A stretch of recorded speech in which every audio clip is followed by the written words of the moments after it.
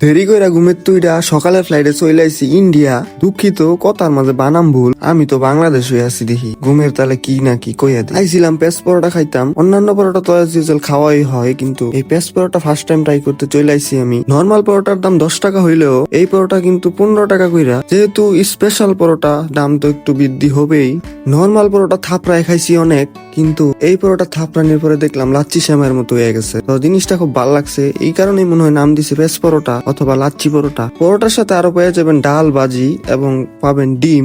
ডাল ভাজির দাম 10 টাকা করে এবং ডিম সম্ভবত 20 টাকা করে নেয়। আমি হইছি ভাই গরিব শরীফ মানুষ, এর লেগা 2টা পরোটা আর ডাইল অর্ডার দিছিলাম। লগে আমার এক বন্ধু গেছিল, হ্যাঁ 2টা পরোটা আর ডাইল অর্ডার। তো ওভারঅল আমার কাছে রেস্টুরেন্টের পরিবেশ খুব ভালোই লাগছে, পরোটাও ছিল খুব মজাদার।